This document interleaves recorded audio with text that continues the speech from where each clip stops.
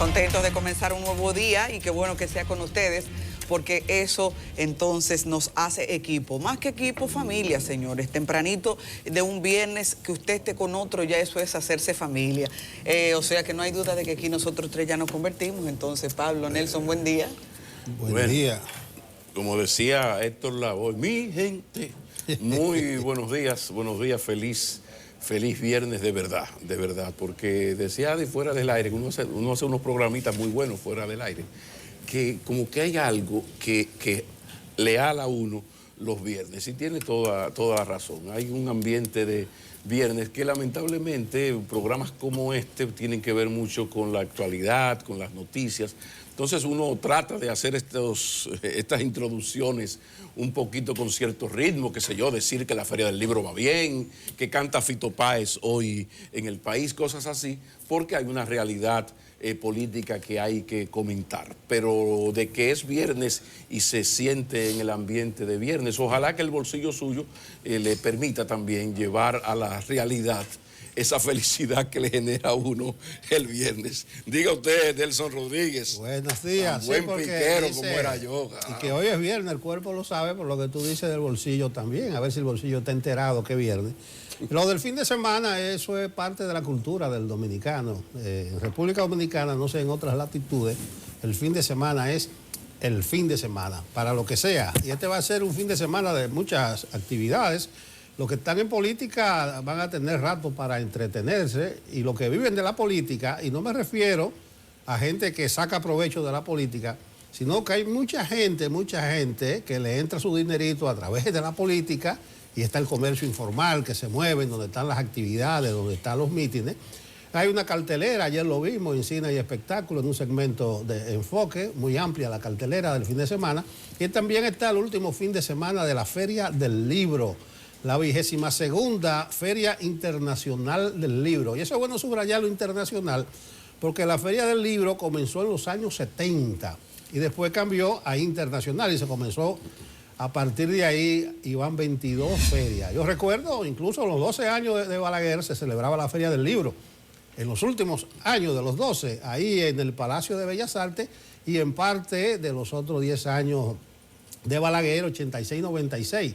Cuando era un problema usted tener literatura y que subversiva, comunista. Entonces, era una contradicción esa Feria del Libro de finales de los 70, porque se exponían los libros y te lo incautaban en un allanamiento. Yo recuerdo que nosotros teníamos una librería de la universidad, Librería Avanzar se llamaba, y la inscribíamos y participábamos en la Feria del Libro. Eso era un acontecimiento. Usted ver el Capital de Carlos Marx, a Rosa Luxemburgo, Lenin, Mao, Stalin, en un espacio público como parte de los 12 años de Balaguer. Entonces mi invitación a que el que tenga tiempo lo saque para aprovechar todas las oportunidades, las diversidades de la Feria del Libro, que no es solo comprar un libro, hay muchas conferencias, muchos eventos, hay espacios recreativos, y parece que la zona colonial va a pasar el reto, la apuesta. Hay gente que dice que debiera volver hacia allá, pero eso será cuando se pase balance. Hablando de la feria, yo quiero felicitar, saludar al amigo Guillermo Piña Contreras. Él es el ganador del Premio Nacional de la Feria del Libro, Eduardo León Jiménez, y con su obra La Reina de Santomé, una creación, una cosa que él se inventó ahí de un pueblo del sur. Entonces, merecido, incluso este es su primer premio de esa categoría en la Feria del Libro, pero Guillermo tiene el aval de muchas obras. Pero mis felicitaciones para Piña Contreras, un buen amigo. He tenido la oportunidad de compartir espacios laborales con él en más de una oportunidad, y como se dice, merecidísima distinción este año, la del Premio Nacional de la Feria del Libro. Eso es así, Nelson, eso es así. Lo de Guillermo es lo que uno llama un intelectual sólido, una persona muy bien formada, además de que tiene lo importante en estas cosas, eso, la obra. Uno siempre va a eso, la obra. Usted está lo cual, sí, la obra. Un abrazo a Guillermo, pero también, como mencionaste la Feria del Libro, yo creo que es de justos ahora ver esta feria del libro que hasta en la zona colonial va muy bien, porque habrá que sacar un balance, porque lo de la zona colonial tiene un solo gran problema. Perdón, y eso hay que ver cómo va a terminar este asunto en el sentido del acceso. Es el único lo de la zona colonial es perfecta para la feria del libro. El asunto es el acceso a.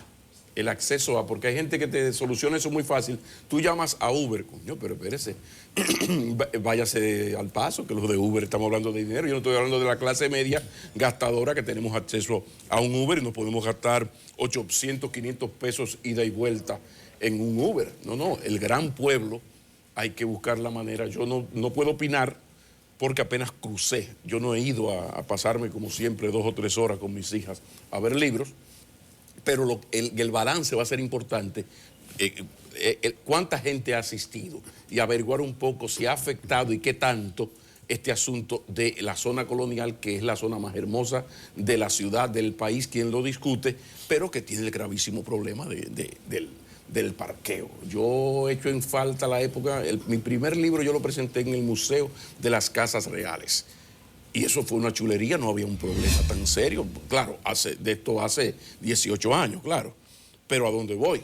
De repente ya cuando tú me hablas a mí de que voy a la zona colonial, son palabras mayores. Pero lo que quiero hacer en la parte es, ahora que la Feria Internacional del Libro es tan internacional, que hemos avanzado tantísimo en esto, yo quiero hacerle el reconocimiento a el que ha sido el gran padre de la Feria del Libro, el gran organizador y posiblemente uno de los mejores ministros de cultura que ha tenido el país, que se llama José Rafael Lantigua, porque José Rafael Lantigua mezcla la formación intelectual, la obra literaria, intelectual, el gran crítico literario que es José Rafael Lantigua, con una gran gerencia extraña en los intelectuales.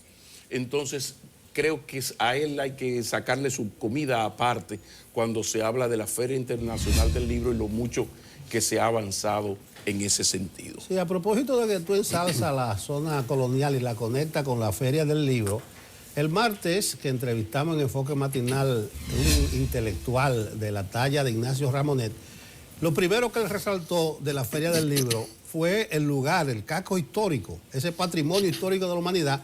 Entonces, instintivamente, él hizo un vínculo entre el libro, la historia. Entonces, ojalá que pase la prueba, la Feria del Libro en la ciudad colonial, que podría ser un sitio ideal con todo eso pero que le hemos venido poniendo nosotros.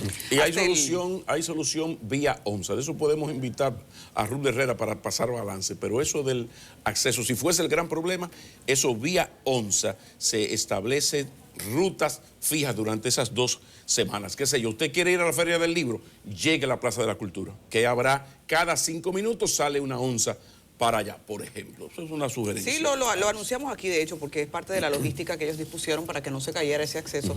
Y no obstante, hasta el miércoles cuando fui, la percepción de algunos consultados que tienen puntos de venta era que se había integrado en menor cuantía la cantidad de viajes escolares. Pienso que tal vez algunos colegios o escuelas se dejaron impresionar del prejuicio, del acceso, o de alguna manera no se involucraron de forma ágil. No obstante, todavía se puede rescatar esa oportunidad de uno pasar y no perderse un evento como este. Hay que también asumir una cuota. Recuerda el metro. Sí, hay que asumir una cuota. Yo creo que también hay que estimular a los padres a que esto no es un asunto expresamente de los colegios. Usted tiene, mira, me encantó lo que tú dices. Es que no me he ido todavía a tomar 2 horas con mis hijas, pero fíjate qué interesante, ya tú lo tienes como una práctica, como una tarea en la cabeza. Los padres para el fin de semana anoten eso en su agenda, que es bueno que usted también asuma la cuota de sembrar esa clase de principios, de valores, la lectura, porque por eso es que ahora los muchachos acaban solo en el dembow, que no estoy criticando el dembow con eso, pero hay que diversificar también lo que hay en la cabeza de todos, incluyendo de la familia. A los hijos hay que corromperlos. Y como digo una palabra tan dura, tengo que explicarme. Yo corrompí a mis hijas. Digo, bueno, hay este libro. Se lee ese libro, hay premio. Sí. Entonces tú juegas con eso. Que tú quieres que te lleven a ver a tal artista. Ok, aquí hay que leer. Entonces el papá juega que corrompe el hijo y el hijo juega a que chantajea al papá, porque es que me lo leí, me lo gané. Además que hay que decir que los hijos crecen y ya yo me pongo de fresco y atrevido a decir, no, que voy a llevar a mis hijas, no, que ya mis hijas se gobiernen, ya una jovencita de 22, 18 años, tú no puedes estar diciéndole, vamos para la feria del libro, ya uno no manda, ¿no? Aprovechen, señora, aprovechen los hijos en esa etapa hasta que llegan a esos 18, 19, que ya están en la universidad, ya se graduaron, porque ya se gobierna, entonces ya uno no puede manillar el asunto, vamos para allí, vamos para acá. Lamento de padre preocupado en enfoque matinal. Ahorita te aparece un teórico que dice que es un método represivo, coercitivo, de obligar a un niño, de ponerle como meta que lea un libro para poder disfrutar de alguna actividad. Señores, no se lleven de los psicólogos, que hay algunos psicólogos que hablan de que hay que ser amigos de sus hijos. No, usted lo que tiene es ser papá de sus hijos. No, usted es la mamá, usted es la mamá de ese niño. Usted no es amiga, diga yo soy mi mejor amiga. No. Usted asuma su responsabilidad. Que me perdonen algunos psicólogos, ¿no? No, me gustó eso. Yo tengo experiencias personales, no con los hijos míos, esos subieron caminando por la derecha y con el psicólogo siempre vigilante al lado de ellos, ahí para aconsejarlo debidamente. Tú puedes matizarlo. La correa, ¿usted se refiere a la correa? No, yo nunca le he puesto. Tú puedes matizarlo del psicólogo. Nunca le he puesto la mano a un hijo mío, yo nunca di pela ni nada de eso. Pero casualmente entrevistando a una psicóloga una vez, aquí fue en CDN Radio. Y yo le reivindiqué el psicólogo ahí, el psicólogo. Y ahí me tiraron una charla grandísima, pero caminaron por la derecha, acompañándolo siempre el psicólogo y sus sanos consejos. Sí, pero cuidado si usted de lo que entonces le dejaba, no daba pela, pero era porque se lo dejaba la mamá, entonces. No, ni la mamá. Régimen, señores, régimen de consecuencias. Al muchacho no hay ni siquiera que hablarle alto. Averigüe qué es lo que a su hijo le gusta mucho. Entonces, hay un régimen de consecuencias, explíquese. Si tú fallas en esto, había que hacer la tarea, tú no hiciste la tarea, te sigo amando como siempre, pero eso, hay un error, hay una penalidad. Y los muchachos lo entienden, no hay que levantarle la voz. O sea, usted se le quemó una materia, usted no lo puede mandar a un muchacho 5 semanas de vacaciones en un campamento, pero si dejó 2 materias, él tiene que aprender que cometió un error, entonces no hay campamento este año, porque no hay que hablar, ni siquiera hay que hablar alto. El asunto está en régimen, es como el resto de la sociedad, régimen de consecuencias, camaradas. Cuando yo hablo de experiencia en otras realidades, yo he visto, he estado cerca, hijos denunciando a los padres, y van y están presos. E incluso vi una vez que le quitaron una niña a una familia, eso fue en Nueva York, en un parque, porque estaban tomando alcohol con los niños jugando ahí.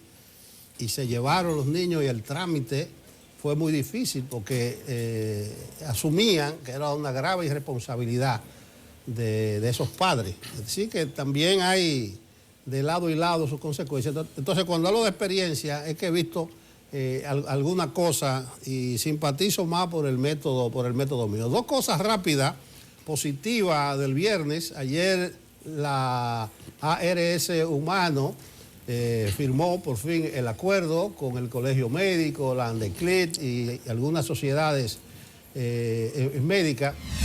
Creo que no debió darse esa paralización. Lo advertí desde un principio.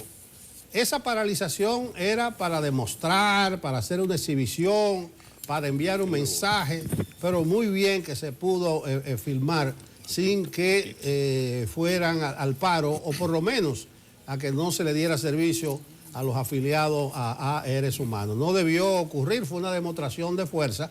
Decía ayer el presidente del Colegio Médico, Wilson Roa, que hay que echar 2 pleitos. Primero, para lograr un acuerdo y después para que se firme.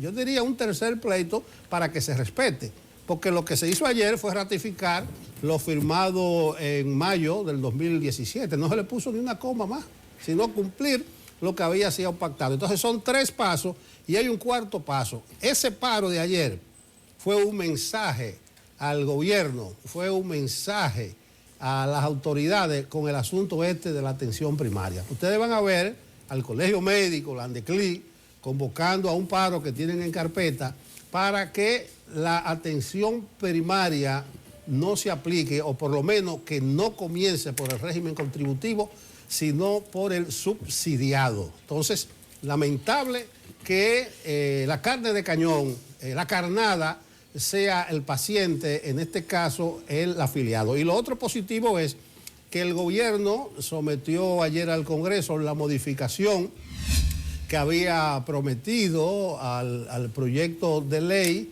de eliminación del Instituto Dominicano del Seguro Social y le quitó la coletilla aquella que pedían las centrales sindicales al artículo 4, que se le agregaba al Instituto Nacional de Prevención y Administración de Riesgos Laborales, o sea, aquel que iba a compensar por accidente, una coletilla que decía, así como la administración de cualquier fondo o seguro de protección laboral en caso de desempleo o desahucio. El gobierno eliminó eso, positivo, creo que eso allana el camino para que se retome el diálogo para la reforma, la modificación al Código Laboral y que avance aquello del Comité Nacional de Salario y el aumento del salario mínimo en el sector público no sectorizado. Pero que hay que aprovechar para enviarle un mensaje a Danilo Medina, a Leonel Fernández, a Luis Abinader, a Hipólito Mejía, Margarita Cedeño, al nieto del innombrable, a quien pueda ser presidente de la República el 16 de agosto del 2020, porque ya todo está perdido en cuanto a que los gobiernos nunca hacen nada el año preelectoral, porque hay que hacerse el simpático con los sectores y no toman ninguna decisión, aunque favorezca a las grandes mayorías, si afecta a un sector que puede ponérsela en China. Entonces me doy por vencido en esto. Ahora, esto del sistema de atención primaria, hay que decirle a los señores que acabo de mencionar que el 17 de agosto en la mañana, eso tienen que ponerlo en vigencia. Y si quiere que entre el mar, y si alguna ARS, Andeclí, dueño de clínica, la María Santísima, quiere pelear con el Estado, que el Estado asuma su responsabilidad de representante legal y legítimo, el gobierno del pueblo dominicano.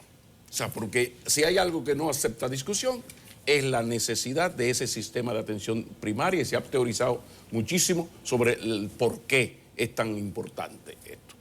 Ahora, hay que afectar los intereses de la élite de los especialistas médicos y la élite de las ARS y la élite de los dueños de clínicas. Entonces yo ahora no se lo voy a pedir al presidente actual, que es Danilo Medina, porque eso voy a hablar caballa de mi parte, porque no va a pasar.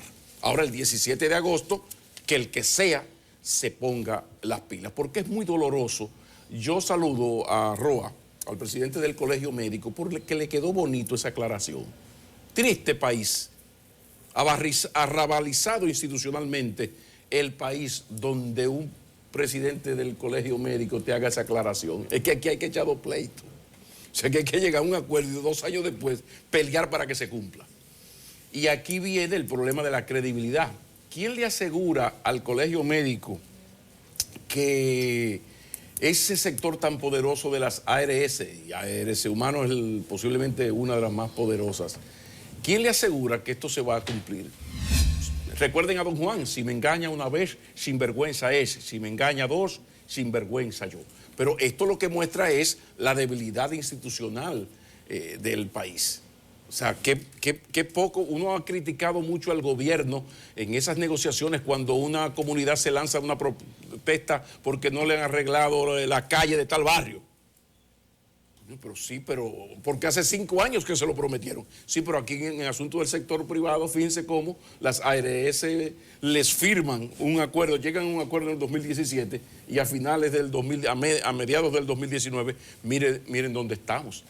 Que por cierto, muy desacertada la posición del ministro de Trabajo, que tiene que asumir mejor su posición de árbitro, que el Estado es el gran regulador, el árbitro. Entonces, cuando estos intereses terribles están en conflicto, entra el gran árbitro, que es el representante, insisto, de todos. Pero lo cierto es que es muy lamentable, muy lamentable todo esto. Como hay otro tema que no se puede dejar de mencionar, porque los señores del CONET se reunieron ayer con la prensa, con ejecutivos de prensa, y es interesante porque sí, es cierto que el Código Laboral tiene que ser modificado.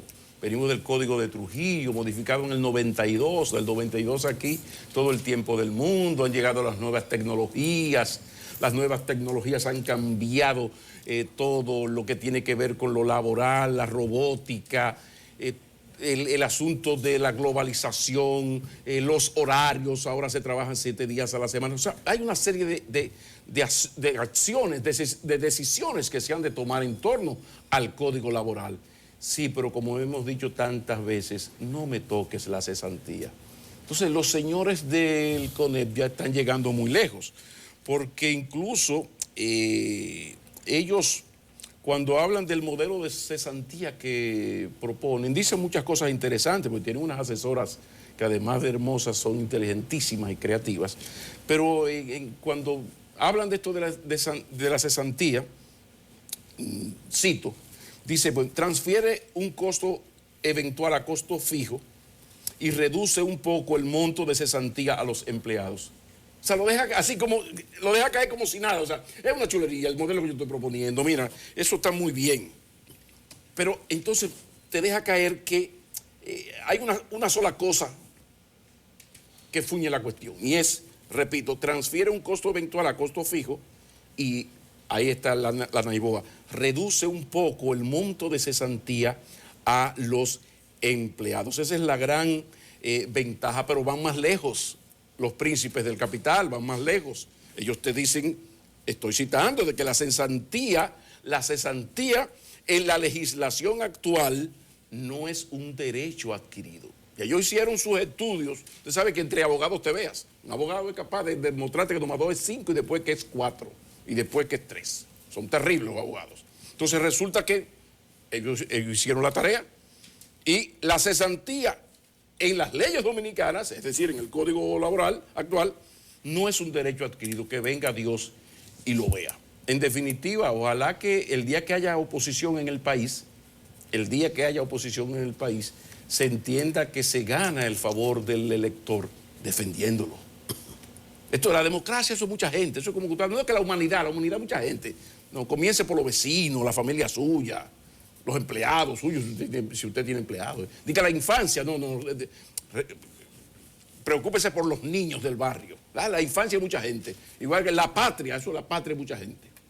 Entonces aquí tenemos que ponernos las pilas y la oposición política tiene que ponerse las pilas. Porque mientras esté hablando de la defensa de la Constitución y los valores de la democracia, no, esto es un asunto de clase media. Gente que se ha leído por lo menos uno de los 3 mosqueteros. Si no los 3, por lo menos uno de los 3 mosqueteros. Entonces, pero la gran masa lo que quiere es que le hable de sus problemas. Y la ley de seguridad social, el Código Laboral, esa cesantía, eso es un problema que le duele a la gente. Entonces, atención a la oposición, el día que haya oposición, que por ahí es que aprenden, no hablando de que los valores de la democracia y la cosa. No. Es por ahí.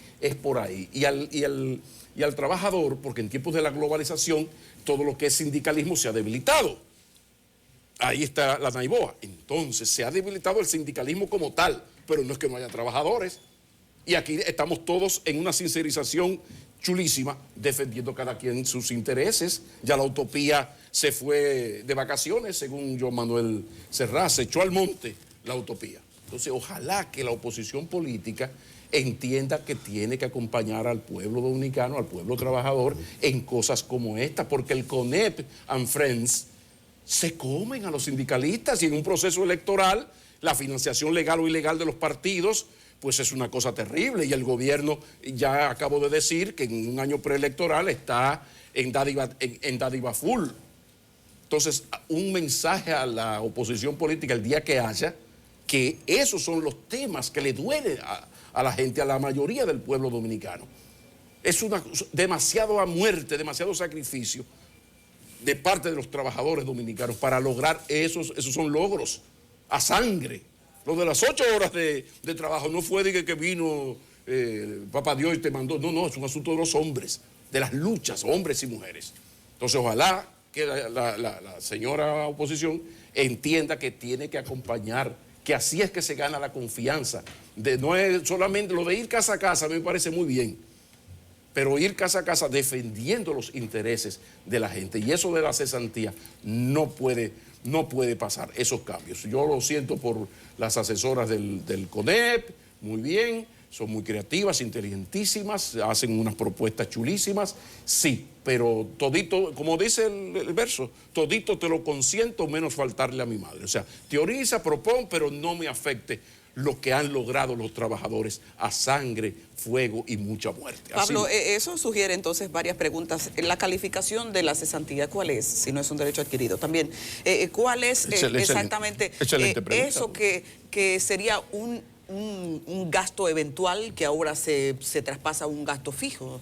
Porque lo que pasa, ahí viene la genialidad de la propuesta. Ellos van a hacer unos cambios en la cesantía a través de un fondo que va a administrar una ARL, si mal no recuerdo. O sea, hay todo un eufemismo burocrático, un tecnicismo legal, sería lo más correcto, que busca que esto, dejarlo de lado. No cortarlo definitivamente, sino como pasan tantas cosas aquí, porque yo siempre digo que mal anda un país donde la ley es apenas una cosa o vaina que se le aplica al hombre decente que quiere echar para adelante, como pasa con la ley de tránsito y pasa con tantísimas cosas. Porque no es que ellos dicen, no, yo quiero una modificación, aquí hay unas propuestas, donde la cesantía no es que la vamos a cambiar, es que vamos a hacer no es que la vamos a quitar, es que vamos a transferirla para que haya un fondo que... No te entendí. No te entendí. Ni te quiero entender, ¿verdad? Ni te quiero entender. No, déjame explicarle, porque yo sí lo paso rápido al español. Ayer incluso yo creo que el CONEP complicó más los asuntos. Yo no entendí nada, pero me remito a la vieja discusión de la cesantía. Lo que dicen los empresarios es que eso afecta su solvencia y su liquidez, y que incluso evita que haya promociones salariales en las empresas porque a ti te liquidan con el último sueldo. Entonces, cada vez que tú te aumentan, eso es una cosecha para cuando te liquiden. Entonces, ellos objetan eso.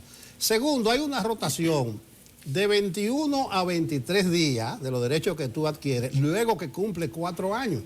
Entonces, ellos dicen, eso afecta la rotación de los empleados porque ¿qué es lo que sucede? A ellos no les convienen empleados con más de 5 años porque ya pasan a un nuevo escalón que es a 23 días y dejan los 21 atrás. Tan sencillo como eso es, comenzando por ahí. Después eso se adorna con muchísimas teorías. Ahora, donde tiene razón el CONEP, y eso deben entenderlo las centrales sindicales y el propio gobierno, y yo creo que lo entienden, lo que pasa es que los aspectos conflictivos están trabando las discusiones, a pesar de que expresamente acordaron dejarlo para último. Ese código acaba de cumplir 27 años.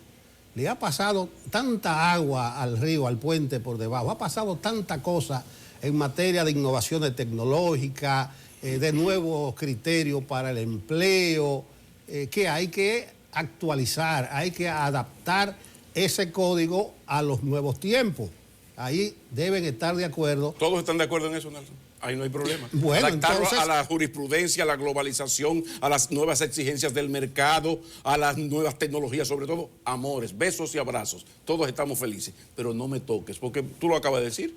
¿Qué es lo que ellos están haciendo? No me modifique o vamos a modificar todo lo que afecta a mis intereses. Entonces, que la oposición haga su trabajo y el gobierno también. Entonces, no resiste nuestra realidad a comparaciones con otras realidades. Se dice, no, que en otra parte expresamente así no existe la cesantía. Oh, pero es que ese trabajador tiene una protección social y de todos los sentidos en otras sociedades desarrolladas, no solamente de salud, de la educación. Pero aquí la cesantía es una suerte de ahorro. En estos días que comentábamos el tema, me escribió un amigo, profesor universitario, Hugo Cedeño, puedo decir el nombre, y él me dijo, Nelson, la esposa mía con la cesantía liquidó la doméstica, saldó varias deudas que tenía y montó un negocito, una chucherita temprano, todo eso con la cesantía. Entonces, esa es la expectativa del trabajador dominicano, del empleado dominicano. Porque lo otro no funciona. A mi adorado padre hace unos meses, el INAVIME, gracias, le entregó sus prestaciones de 74 años de trabajo, a los 94 años, que hace 20 y tanto que debió haberse muerto estadísticamente hablando. Entonces, doy ese dato maldito que yo agradezco mucho a los amigos de INAVIMA, que muy bien, me llamaron, sí, qué bien, muchísimas gracias, la familia se lo agradece. Pero mi papá tiene 94 años, maestro desde los 18. Lo difícil de esta discusión es que el trabajador no tiene la capacidad de hacer sentir su voz. Bueno, ahí están las centrales sindicales, pero con todas las objeciones que ha puesto Pablo, las limitaciones que hacen que se dé la importancia requerida a la posición que ellos plantean en esa mesa. Entonces, fíjate cuál es la realidad. El trabajador está esperando por un aumento de salario mínimo que se tarda hasta 2 años y eso no le importa a nadie, o por lo menos a los otros sectores que están ahí sentados. Y mientras tanto la gente entonces sigue con la visión de yo no quiero dejar mis prestaciones botadas. Fíjense que la gente puede estar en este país, como se dice, de calle, encojonado con el trabajo. Y no se quiere ir dejando las prestaciones botadas porque entiende que esa fue su inversión de vida. Porque el otro no funciona, mi reina. Sí, es ahí que está el problema. Entonces esa misma dinámica que empobrece al trabajador es la que ahora auspicia castrar eso poco que en un momento le parece alentador. El trabajador a estas alturas lo que hace es sentarse a ver cómo va a terminar esta película. Lo peor es que no lo tiene garantizado. Incluso entra en una etapa del trabajo a desgano, provocaciones, siempre respetando las condiciones del código, a ver si te votan. Y no tiene sentido un vínculo contractual en esos términos, pero nadie, eso es de principio, nadie deja su cesantía. Ustedes lo ven, ¿por qué uno en los viernes trata de iniciar de manera alegre y todo esto? Porque inmediatamente nos metimos en la realidad política, institucional, económica del país. Mire dónde terminamos. Que cuánto uno agradece que José Miguel Gómez, el psiquiatra de este programa, oficial de este programa, ya esté, porque creo que el país y casi todos necesitamos mucha o poca terapia. Vamos a hablar de salud mental. Adi. Te va a encantar el tema de hoy, ¿oíste? Porque vamos a hablar de la felicidad. Entonces, eso en manos de un médico que orienta la mente es vitamina para un viernes. ¿Cómo usted va a ser feliz pese a toda esta realidad? Usted anda en eso hoy, de hablarme de la felicidad a mí. Sí. Entonces, ¿hay una fórmula para la felicidad, doctor? ¿Hay una fórmula? Sí. Espérate, que yo me quedo aquí sentada. La primera es el menú de los bolsillos. No, eso no es. Eso cambia el ánimo. No, esto es mental, esto es actitud, la vida. Sí. Lo del dinero importa, pero no lo condiciona. Si no todos los ricos fueran felices, entonces. Si podemos poner un vinito blanco en la entrevista, se va a agradecer. Vamos a la pausa.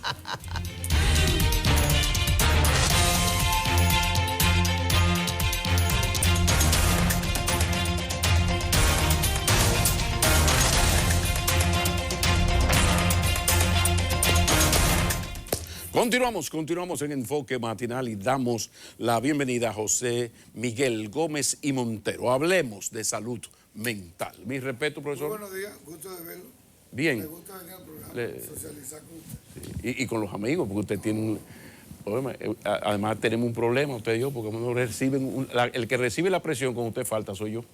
Vamos a tener que arreglar eso. Me llaman. Sí, pero a mí, ¿por qué usted dijo? No, es que espérese. Esa es su sección, él a veces tiene que salir del país, pero no me está yendo muy bien con la presión que recibo. Quizás que le brinden a uno un buen vino una noche para un poco volver a la justicia. Pero hay un tema que ya Adi lo adelantó, y qué bueno, porque es un tema que llama mucho la atención y que hay muchos errores en torno a él. Es algo fundamental para la existencia, casi básico, que es esto de la felicidad.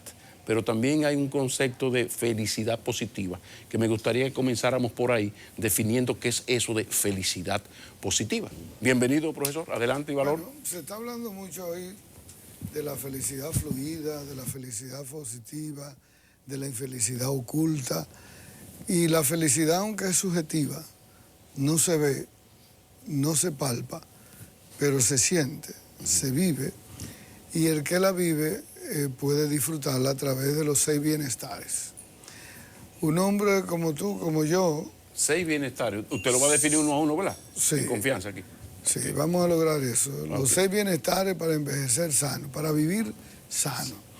Okay. Primero el bienestar físico, comer saludable, hacer ejercicio, ejercitar el cerebro, chequeo médico. el bienestar financiero. Y el bienestar financiero es cómo usted maneja sus ahorros.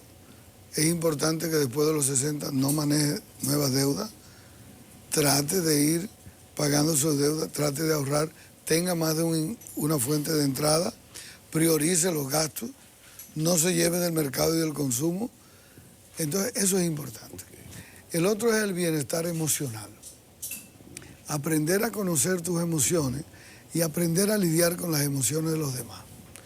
Esa empatía emocional de aprender a vivir armonizados hasta en la soledad, lograr armonizar tu interior con tu exterior es fundamental.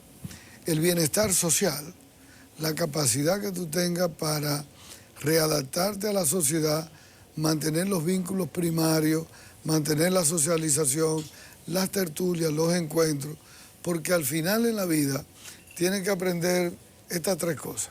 ¿Cómo quieres que te recuerden? ¿Cómo quieres terminar? ¿Y quiénes son tus compañeros de viaje? Entonces eso se construye en el camino.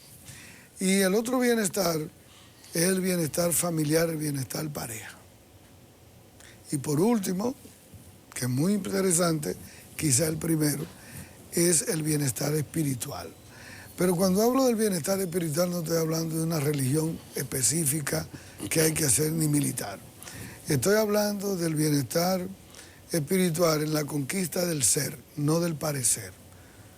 Llegar a tener sentido de vida, sentido de utilidad, sentido de trascendencia, poder conectarse con uno mismo y practicar una fe, una bondad, una reciprocidad, un altruismo, una compasión a través de un estilo de vida. La gente cuando le hablan mucho de la felicidad positiva es una persona que vive en una práctica diaria de vida que dice no me dañe, no te daño. Es una gente que es llenante, que es nutriente, que vive la felicidad a través de lo que le llaman las actitudes emocionales positivas. Si usted quiere ser feliz, adopte actitudes emocionales positivas. Cuesta mucho, pero se logra. Alegría, bienestar, compasión, solidaridad, altruismo, perdón, afectividad. Fíjate que el que pone en práctica el funcionamiento en una sociedad individualizada, con crisis de identidad, narcisista, egocentrista, excluyente, es una sociedad que te pone tantas energías negativas y te carga tanto, que por eso mucha gente se está despersonalizando, por eso mucha gente se está enfermando emocional y moralmente. Y hay gente que te dice, pero si yo tuviese buenos ingresos, yo sea la persona más feliz. Sin embargo, está demostrado y está estudiado desde el Producto Interno Bruto, desde pobreza, desde clase media, clase alta, que la felicidad no tiene nada que ver con el ingreso de vida. Está demostrado que el ingreso de vida tiene que ver con el nivel de educación y el nivel de cultura, es lo que tiene que ver la felicidad. Y lo espiritual. Y lo espiritual, porque la felicidad no se puede comprar. Sí. Pero también hay un dato que llama la atención. El ser humano, el globo terráqueo y sus habitantes, nunca había sido menos pobre que hoy. O sea, nunca. O sea, la gente piensa como que el mundo está acabando. No. Recuerde las condiciones de vida de la humanidad hace apenas 50, 60 años. Incluso en términos de la libertad, es apenas en los últimos 30, 40 años que se ha generalizado y es mayoritaria la vida más o menos democrática. Ahora llama la atención que con el desarrollo económico, nuevas tecnologías, mejorías en las condiciones de vida, que pueden ser todo malas, pero como les digo, o sea, comparado con hace 40, 50 años, esto es la maravilla. Sin embargo, estamos en un momento donde se dice que la gran peste, y así es, del siglo, es la depresión. Entonces, ¿qué está pasando? Que la gente tiene oportunidades como nunca, condiciones económicas que jamás, porque a la gente se le olvida que antes era una élite, que tenía, señores, aquí en los años 50 un licenciado en lo que sea era una cosa. Segunda, así de sencillo. Entonces, ¿por qué con tantos avances materiales al mismo tiempo ha llegado con tanta fuerza la depresión, que es uno de los signos más terribles de la infelicidad. Sí, mira qué bonito, es contextual. Por eso que me gusta venir a este programa. No, es que tengo muchos años en esto. Tú eres un hombre de cabeza muy brava. Ya yo tengo una maestría, gracias a usted. Eres un hombre de cabeza muy brava. Entrevistando Eso hay que entenderlo y decirlo. Y hace una entrevista fabulosa. Mira, el posmodernismo, se está estudiando mucho el concepto del hedonismo, que ha fomentado vivir por el placer, para el placer y morir por el placer. Después nos hablaron de la cultura de la prisa. Antes tú entendías los procesos de que había que trabajar, estudiar, acumular cosas de forma sostenible para poder llegar. Hoy en día queremos más cosas en el menor tiempo posible. El relativismo ético nos han dicho que los valores son relativos, que la dignidad, la libertad son cosas relativas, porque lo que es sustantivo y sustancial para esta vida y estos procesos es lo tangible, lo que se puede ver y lo que se puede mostrar como fenómeno de éxito. Por eso hay gente que valora más la jipeta, la tierra, la buena casa, que la familia, que la pareja, que a la propia condición humana, ¿verdad? La otra parte que nos han planteado, llegamos a la cultura light, a la cultura de todo lo liviano, lo banal, al consumo desmedido, ¿verdad? Entonces queremos tener más y nos han dicho que hay que tener más y consumir más, y hoy hemos llegado a la cultura de lo desechable. Ya todos y todo lo que tenemos se puede desechar. Y el ser humano en ese proceso ha ido perdiendo lo esencial, ha ido perdiendo la razón de humanización, la razón de existencia, para entender que no es posible convivir dentro del concepto del placer y vivir por el placer y no tener placer en la vinculación del otro que ama. Es decir, el amor nos lo han desconectado de la afectividad humana al amor al dinero, al amor a lo material, al amor a la otra cosa. Pero yo hablo mucho del ser huérfano de Dios y de Marx, un poco en el sentido de que después de la Revolución Francesa, pues comenzó a bajar la influencia de lo religioso y entró a partir de la Ilustración todo esto de lo racional, Voltaire. Entonces, de repente, lo racional va desmantelando lo religioso, pero no es capaz de sustituirlo. Entonces, de repente nos encontramos, pasan los años y nos encontramos con un ser humano que ya no es tiene esa religión que en su parte negativa era una especie como de alienación feliz. Entonces ya yo desmonto esto, pero soy incapaz, como el ser totalmente racional, de crear ese ambiente de felicidad y de encontrar esa razón espiritual que no religiosa. Entonces, de repente, es un poco como el marxismo, el socialismo sin el hombre nuevo. Si usted reproduce a Stalin y no al Che, se fuñe la cosa. Entonces, ¿hasta qué punto esta orfandad de que ya lo religioso no es lo que era, pero tampoco el ser racional, fruto, insisto, que viene del fin del siglo XIX para acá, ¿verdad?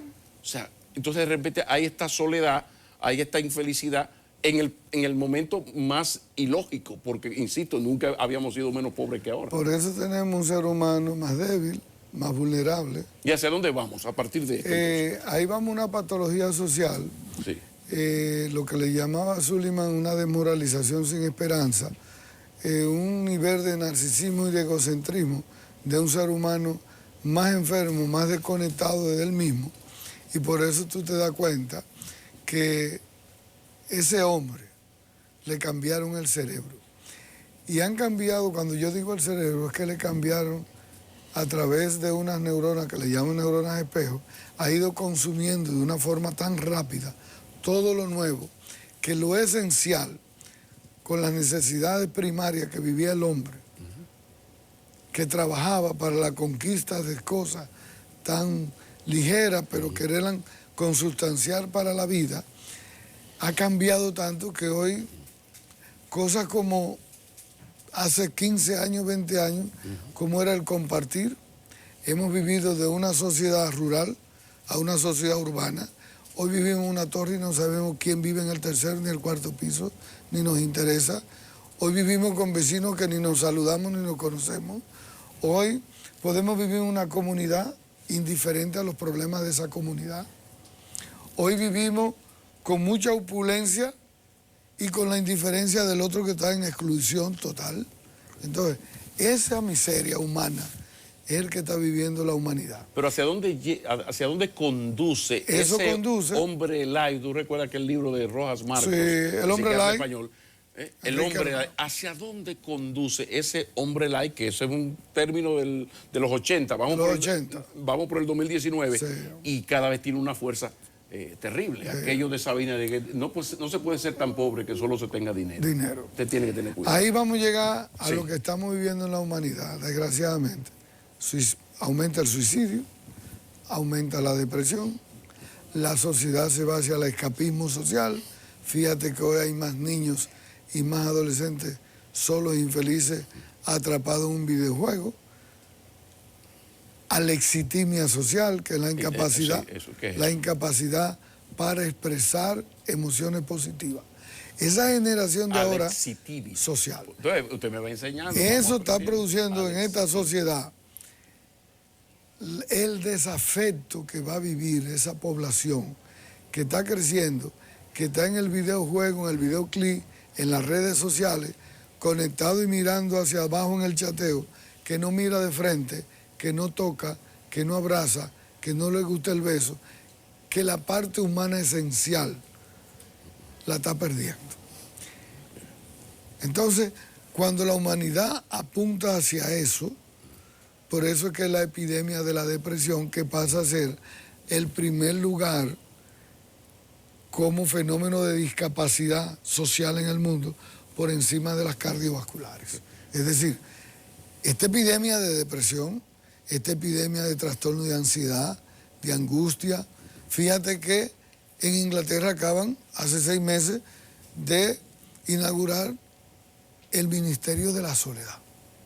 Y te están alquilando personas para hacer compañía. Así como hay Uber, tú llamas a una oficina para pagar, para buscar con quién hablar o comer o compartir, porque eso esencial que se hacía de forma natural se está perdiendo. Ahora, finalmente, como padres, porque ya usted mencionó ahí los 6 puntos para el bienestar. Ahora, como padres, ¿de qué manera uno puede influenciar a los hijos para que encuentren el camino en esto que es lo fundamental, que esa es la capacidad de ser feliz? Porque si algo está demostrado es que por lo material no es. Lo material solamente es importante mientras no se tiene.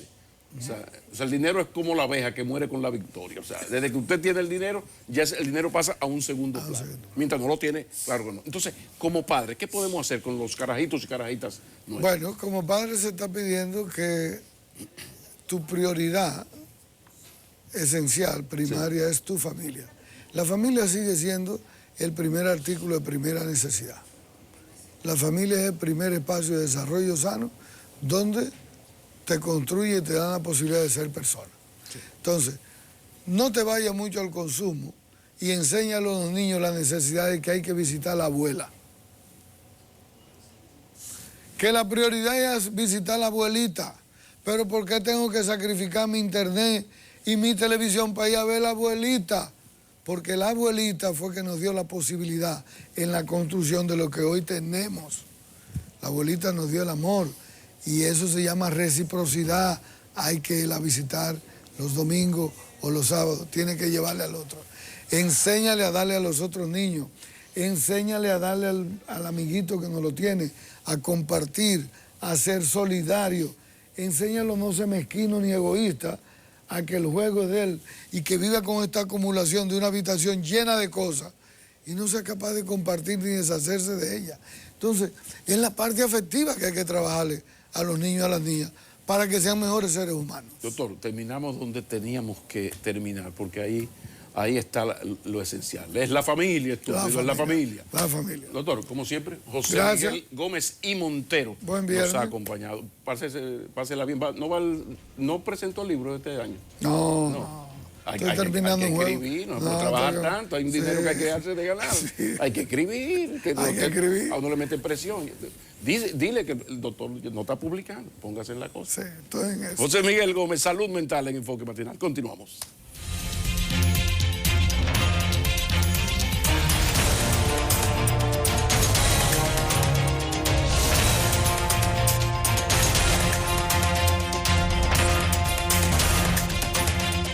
Buenos días este viernes, gracias por estar con nosotros este día ya previo al fin de semana en Enfoque Matinal. Pasemos al semáforo de las noticias, iniciando con la luz roja. Señores, la mentira es un género ya informativo que está de moda.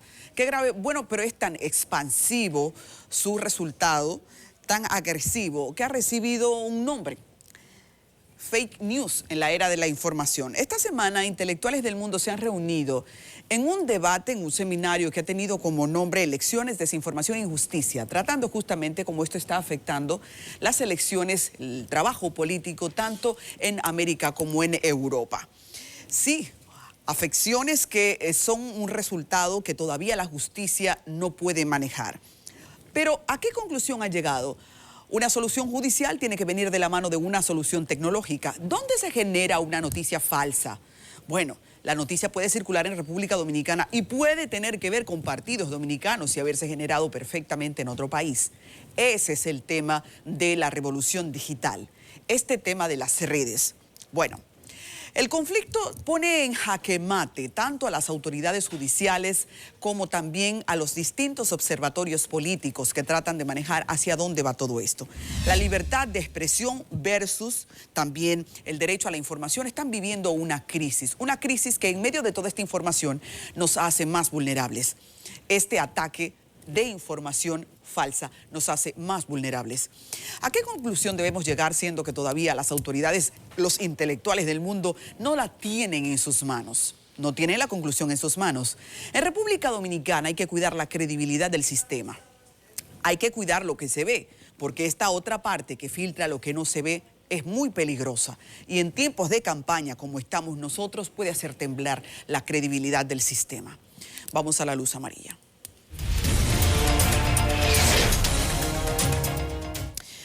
Hace 3 días han iniciado los trabajos de construcción de una terminal de autobuses en el Parque del Este, bajo el asombro de que no se sabe si en realidad la decisión aquella del Tribunal Superior Administrativo de que todo se paralizara para que se diera a conocer un estudio de impacto ambiental ha sido ya cumplida. Hay diferentes movimientos que han estado luchando para que esta terminal de autobuses no se haga realidad y son los primeros que han salido a denunciar que los trabajos están ahí nuevamente y que ellos no tienen esa información en manos. ¿Será que el Ministerio de Obras Públicas ha desafiado el sistema judicial y comenzó una construcción sin que se cumpliera la meta de un estudio de impacto ambiental? Pregunta uno. Bueno, en aquel momento nos asombramos de que no hubiese un estudio de impacto ambiental en una zona como esa. Así que yo pienso que hay que ahora estimular y sensibilizar a una conclusión valiosa. Las decisiones que impactan a una comunidad deben ser socializadas para que algo que es positivo no termine caotizando el entorno o algo que es negativo se haga realidad aún en contra de las masas. A espera de una respuesta sobre el estudio de impacto ambiental que tranquilice los ánimos de convulsión, de protesta que ahora mismo hay en todo ese entorno, en el país que observa también cómo se decide respecto a los espacios públicos, en base a eso, hoy esperamos. Pasemos a la luz verde.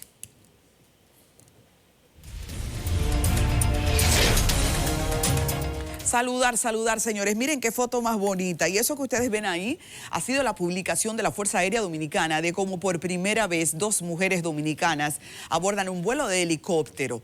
Es una hazaña que las ha inscrito en la historia y qué bueno. Por eso queremos saludarlas y felicitarlas. ¿De quiénes estamos hablando? Estamos hablando de la vamos aquí, la mayor piloto Vanessa Peña y también la primer teniente Lady Tapia. Son los nombres que nos ofrece la Fuerza Aérea de estas 2 mujeres talentosísimas y también llenas de heroicidad que hacen que hoy sintamos el orgullo de que trascendemos en los diferentes niveles.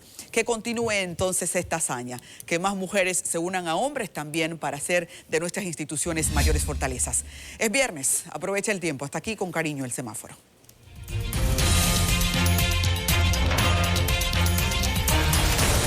Bueno, el hombre más guapo, Tatico Enrique de Ñico Lora. Aquí no vamos a pelear, no, pero tenemos un hombre guapo aquí. Rafael Chalhub Mejía, escritor, historiador, investigador, folclorista. Entonces, cuando menciono al hombre más guapo, es que no es con el ex guerrillero que vamos a hablar. Chalhub, vamos a hablar del merengue y de la música tradicional dominicana. Buenos días, buenos días. Buen día, Bienvenido, buen día. profesor. Yo supongo que sí.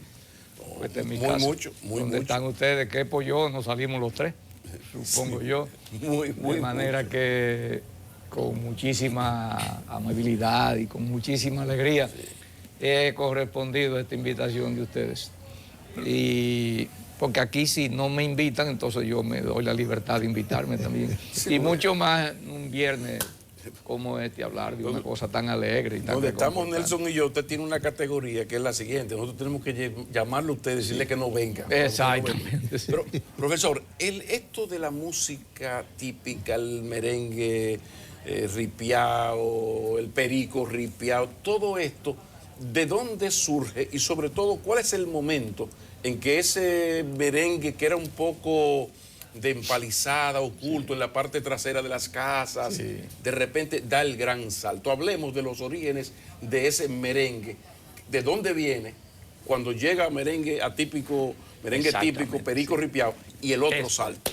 Bienvenido, adelante. Gracias, Valor. muy amable. Merengue hubo siempre. Exacto. Y hay una difusión entre muchísimos sabios, cada uno con su teoría respectiva al hombro, que la considera una verdad imbatible y de última instancia acerca de los orígenes del merengue. Uno que nació en el África, otro que viene de la contradanza española, otro que del minuet francés, otro que de Haití, otro que de la upa habanera. En esa discusión yo no me meto porque esos orígenes... Bueno, don Julio Alberto Hernández dijo que esos orígenes se perdían en las brumas del tiempo. Yo pienso que es la mejor definición que se puede dar. Ahora, del merengue típico, esa pregunta que usted me hace, sí puedo yo decirle algo, porque soy muy viejo, porque soy de Nagua y porque me he dedicado a estudiar un poco esa historia. Se tocaba, según las tradiciones, un merengue de orquesta. El jefe de la orquesta del ejército, coronel Juan Bautista Alfonseca, tocaba un merengue. Y se bailaba merengue con instrumentos de cuerda, con música de viento, donde habían esos instrumentos, hasta que por ahí, por los mediados de los años 70 del siglo XIX, los marineros alemanes trajeron unos acordeones. Ellos lo usaban para acompañarse en la soledad de esas noches en el mar. Y los campesinos dominicanos, especialmente los de Puerto Plata, comenzaron a curiosear y, como dice la Biblia, de cuando Dios hizo la luz, y vio Dios que era bueno. Y entonces se fueron encariñando con ese instrumento. Comenzaron a desentrañarles los misterios a ese producto de la técnica alemana. Le gustó y comenzó el merengue típico entonces a tomar cuerpo, a diseminarse, principalmente en los campos de Puerto Plata, luego en Santiago, que era el destino final de los embarques de acordeones que dos comerciantes españoles hacían en la línea. Y cuando uno de esos instrumentos cayó en manos de un jovencito llamado Francisco Antonio Lora Cabrera, Ñico Lora, ya no se quiso más. Entonces un genio de la composición y del arte comenzó a producir merengue y eso se fue enraizando en la conciencia y en el gusto del pueblo dominicano, porque era la música que más se correspondía con el sentir de ese pueblo. Eso es güira, tambora y acordeón, nada más. Nada más, nada más. Un trío que la gente lo ve como cosa muy sencilla, pero eso tiene su ciencia, tiene sus formalidades. En el pasado tenía hasta sus rituales. El acordeonista tomaba primero, luego el tamborero y el güirero de último. Por eso todavía hay la tradición. Que todavía se oye el refrán que dice, no me dé de último, que yo no soy güirero. Entonces, ¿por qué se pega con tanta facilidad? Dice Uchi que simplemente porque era más sonoro que la guitarra. No, no solo eso. No necesitaba método para aprenderse a tocar, ni necesita. Era el sonido que más se asemejaba al espíritu de un pueblo que en ese tiempo pasaba la vida en los cantones y en las trincheras defendiendo su patria o luchando entre unos con otros. Era el instrumento más asequible a las habilidades del pueblo dominicano y el que producía la música que le permitía a la gente cantarse a sí misma, levantar su autoestima, expresar sus amores, sus desamores, sus alejamientos, sus reconciliaciones, todo. Pero hablemos del gran salto, de esa música que como el tango era música muy despreciada. Sí, muy despreciada. Inicialmente. Muy despreciada, sí. Bueno, muy un poco despreciada. que lo de la bachata es otra historia, Sí, otro programa sí. que podemos hacer, pero se parece Pero yo de la mucho. bachata no sé mucho. ¿En qué momento Sí. se rompe eso y ese merengue, como el tango, insisto, que se parece mucho a la historia, pasa al salón? Comienza a entre comillas, ampliarse, a profesionalizarse. Correcto. Hablemos de eso. Todavía sigue siendo discriminado. Usted nunca ha visto un conjunto típico en el Teatro Nacional. Y es impensable, aunque traigan a un greñú del extranjero y lo pongan a cantar cosas que a veces no son las más santas. Una música de la resistencia también y de la democracia, el merengue típico, porque fue despreciada, fue marginada. Yo ubico la llegada de los acordeones en esa época que le dije por la reacción de la prensa ante la presencia de ese instrumento, la disposición o la voluntad del diputado Juan Garrido de Santiago, un compueblano de Nelson Rodríguez, que sometió al Congreso un impuesto, una legislación para grabar con un impuesto muy drástico la importación de los acordeones, porque él decía que solo servían para aglomerar vagos y hacer bulla, distinto a la polca, al tango y a todas esas cosas. El pasodoble español, muy de moda. Español, exactamente. Bueno, ¿qué ocurre? Como el pueblo lo hizo suyo, se refugió en el merengue y lo usó de instrumento para afirmarse a sí mismo, para defender su independencia poética, musical y artística, y le permitió entonces al pueblo dominicano esa música probar que eso de hacer versos bonitos, cargados de romance, de poesía y letras banales también, como es el pueblo, claro. No era solo facultad de los poetas románticos de las ciudades y de las élites, sino también que los campesinos, esas manos encallecidas por el machete, podían coger un instrumento musical y sacarle una música capaz de emocionar las multitudes, de componer versos bellísimos. Y entonces esa resistencia, o mejor dicho, esa oposición, ese rechazo, se fue venciendo. No ha sido vencido totalmente, pero el pueblo hizo suyo el merengue. A medida que esos merengues de Ñico y de otros grandes compositores fueron calando, la tradición oral lo mantuvo. No había emisora. Y hay merengues del tiempo de Ñico que suenan. Pero el elemento Rafael Leonidas Trujillo, vamos para allá ahora. La utilización de ese merengue no es, duele, pero no es así. El generalísimo el que convierte el merengue en el ritmo nacional. Le voy a decir algo. Duele, compañero. Pero bueno, pero la realidad es esa. Fíjese lo que ocurrió. Entonces eso se fue diseminando. En la capital se tocaba merengue. Yo tengo el testimonio de José Hildo Mateo, muy interesante acerca de eso. Ya el Cibao estaba ocupado, entonces comenzó a penetrar aquí. Se fundó una estación llamada La Voz Dominicana. Y ahí fue llevado el más virtuoso de todos los tríos, que fue el trío Reynoso. Y entonces, gracias a eso, con esa emisora que llegaba al todo el territorio nacional, el merengue se afirmó realmente como la principal expresión musical del pueblo dominicano. Antes no lo era. Antes no lo era, de ninguna manera. Entonces yo se lo atribuyo a eso. Se extendió luego al sur, donde predominaron siempre otros ritmos, como la mangulina, el carabiné, el valsier, que tenían un origen mucho más africano que el merengue, que es una mezcla que es tan representativo del pueblo porque a su vez conjuga la tambora, que es de origen africano, la guira, que es una derivación de las maracas indígenas, y el acordeón, que viene de Europa. Entonces ahí están los tres colores, las tres razas, el pueblo dominicano. Entonces ahí, a partir de esa época, digo yo, cualquiera me puede desmentir o rebatir, que el merengue se convierte entonces, que da ese salto, y así es la principal expresión. Bueno, ayúdame a entender, Chalú, esta diferencia. Nosotros vamos a un campo allá para el Cibao y incluimos un típico. Sí. ¿Entiendes? Sí. Pero hay otra gente que dice, bueno, un perico ripiado. Sí. ¿Hay alguna diferencia entre un típico y un perico ripiado? Esa es una denominación del conjunto. A la gente al conjunto típico le dice perico ripiado. Eso tiene su origen en el hecho de que en Santiago había un negocio, un prostíbulo. Exacto. Como a la unión física del hombre y la mujer se le decía ripiar el perico.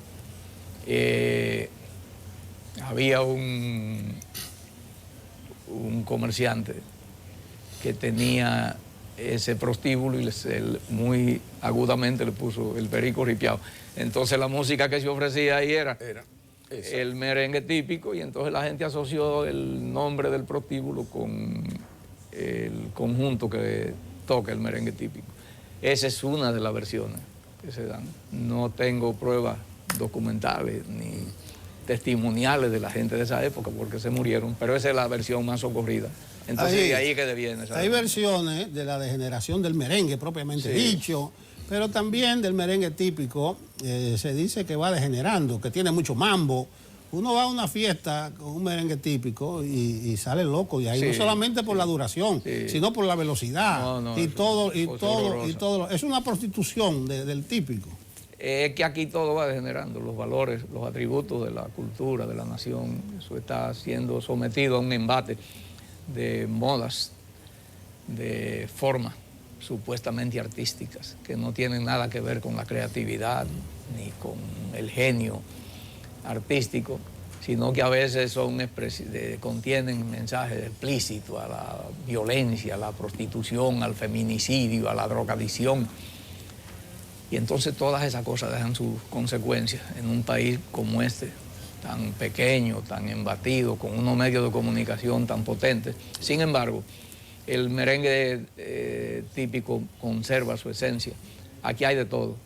Hay una parte que en nombre de la evolución le han adulterado sus compases, su cadencia, a una velocidad meteórica, que yo digo que si lo siguen acelerando para poder bailarse, la gente en vez de nacer con pie tendrá que nacer con ruedas.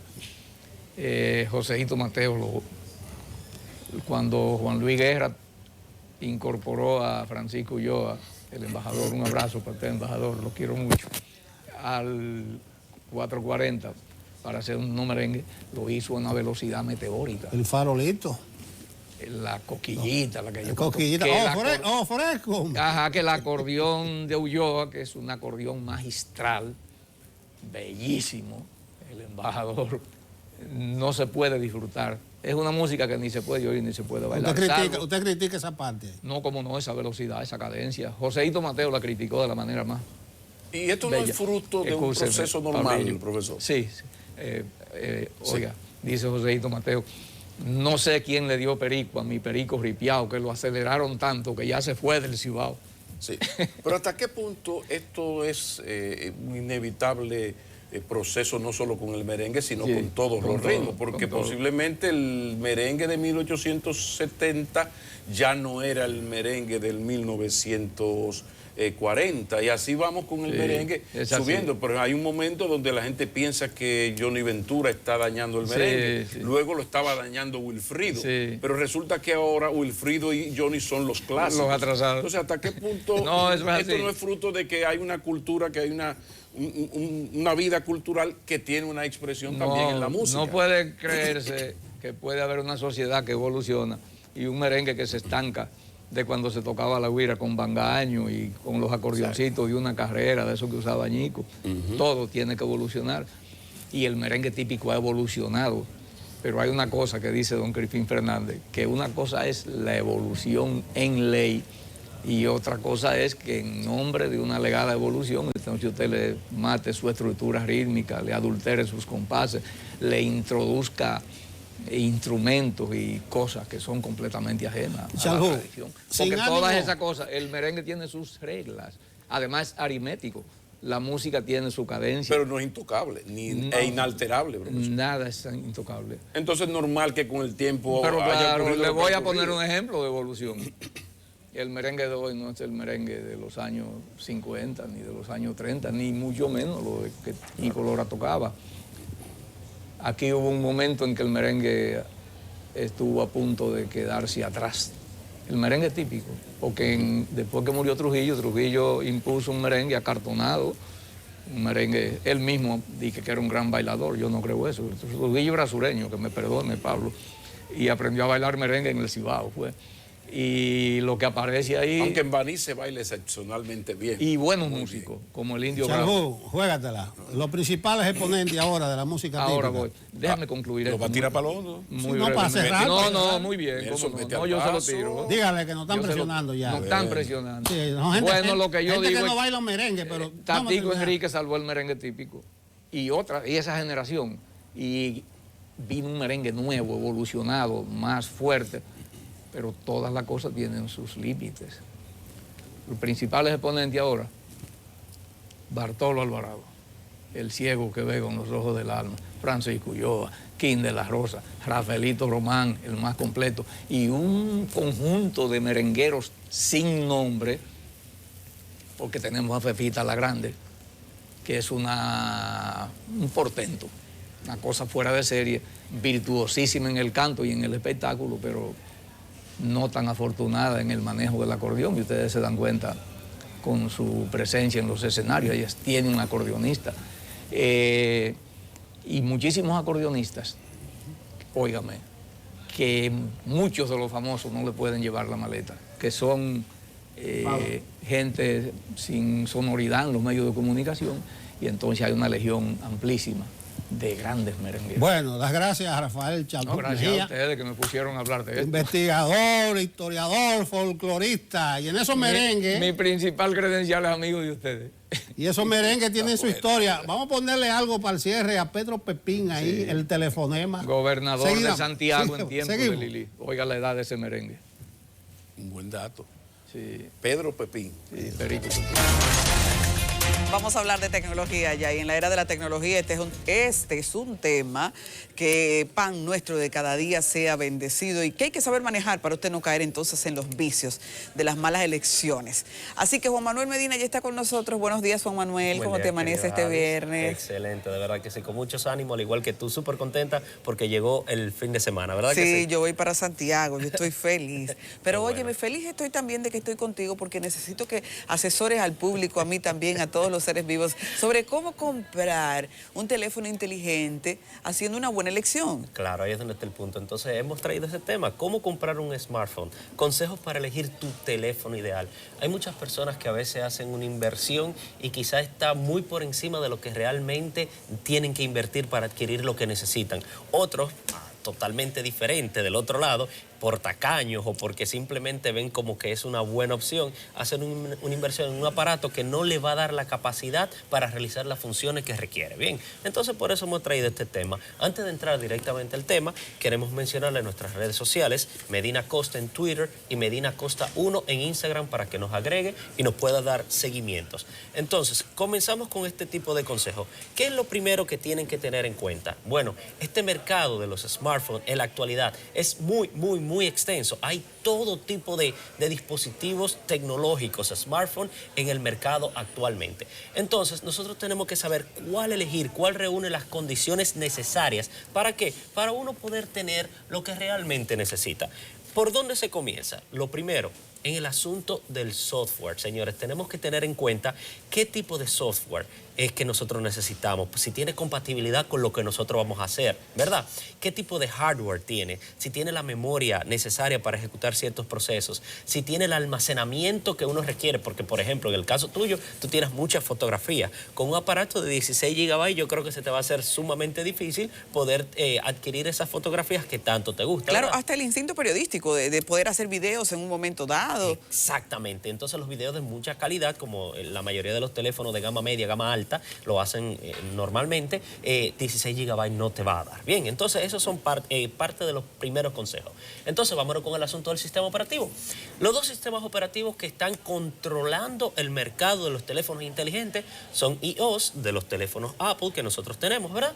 Y está el Android, el sistema Android, que es un sistema de Google, que es un sistema abierto, que te da varias opciones muy distintas a la de iOS, que son de Apple. ¿Por qué? Porque es un sistema mucho más abierto para desarrolladores. Por ejemplo, terceros que no sean directamente empresas que estén certificadas o avaladas por lo que es Google, pueden desarrollar aplicaciones y pueden descargarse de sites privados, por ejemplo, e instalarla en este software. A diferencia de si es el sistema de Apple, que las aplicaciones no se pueden instalar, sino es directamente desde la app oficial de Apple. ¿Por qué? Por cuestión de seguridad. Si tú buscas un antivirus, por ejemplo, para Android, en lo que es el store de Android, tú vas a encontrar antivirus. Quizás no te funcionen como tú lo esperas, porque muchas veces es para bombardearte con publicidad, pero por ejemplo vas al Play Store y al App Store de Apple y cuando intentas buscar antivirus no vas a encontrar antivirus. ¿Por qué? Porque el sistema se ha hecho tan seguro, según Apple, que no es necesario crear antivirus para este tipo de sistema. Bien, entonces seguimos.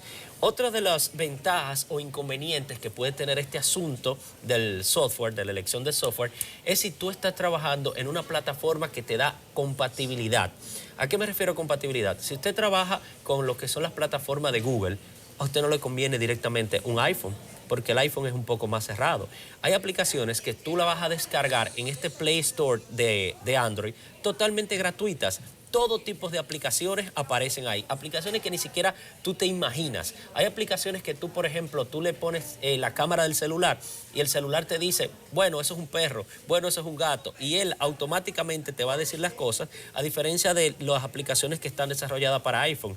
Muchas de ellas, para tú adquirir las versiones abiertas o totalmente funcionales, tienes que cantearte, tiene que pagar, ¿me entiendes? Entonces, esa es una de las grandes diferencias entre Android y iPhone. Otra de las opciones, el asunto del fraccionamiento, la fragmentación del hardware. ¿A qué me refiero con eso? Los iPhone, a diferencia de cualquier dispositivo que traiga Android, los Android lo tienen Xiaomi, lo tienen LG, lo tienen Samsung, porque es un software abierto, como te comenté. Tú estás más cerrado en el asunto del hardware. Por ejemplo, se te daña una pantalla de un Samsung Galaxy S8 o un Note 5, vamos a decir un poquito más atrasado, y es preferible comprar otro Note 5 que comprar una pantalla.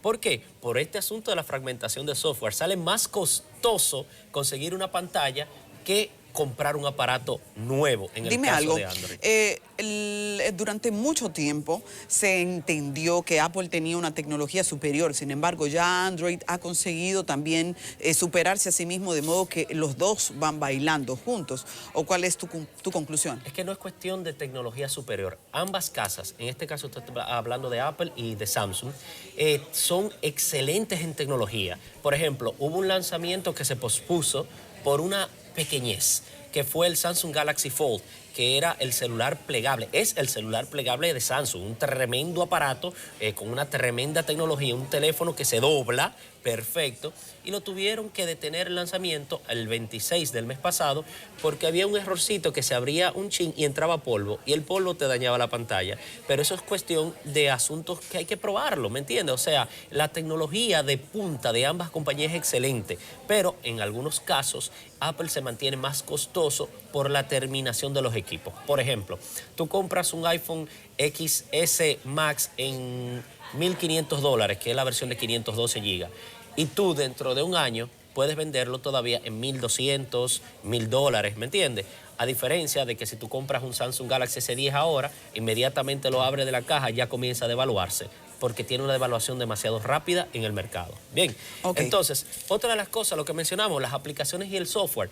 ¿Qué pasa con estas aplicaciones y software? Si usted es el tipo de persona que siempre está bajando aplicaciones, que necesita aplicaciones abiertas, que tiene aplicaciones para todo, hasta para cómo hacer un sancocho, les recomendamos que utilice Android, porque el Play Store de Android es mucho más abierto y menos cerrado que lo que es el de Apple. Uno de los asuntos que mencionamos al principio, el almacenamiento interno del dispositivo. Hay gente que si no tiene 256 GB de almacenamiento no es feliz. ¿Por qué? Porque ahí pone de todo. Le tira foto a la comida, le tira foto cuando está jugando, le tira foto a los niños. Es más, va para el baño y se tira foto en el baño para tenerla en el celular. Entonces, ahí es donde viene el inconveniente del almacenamiento.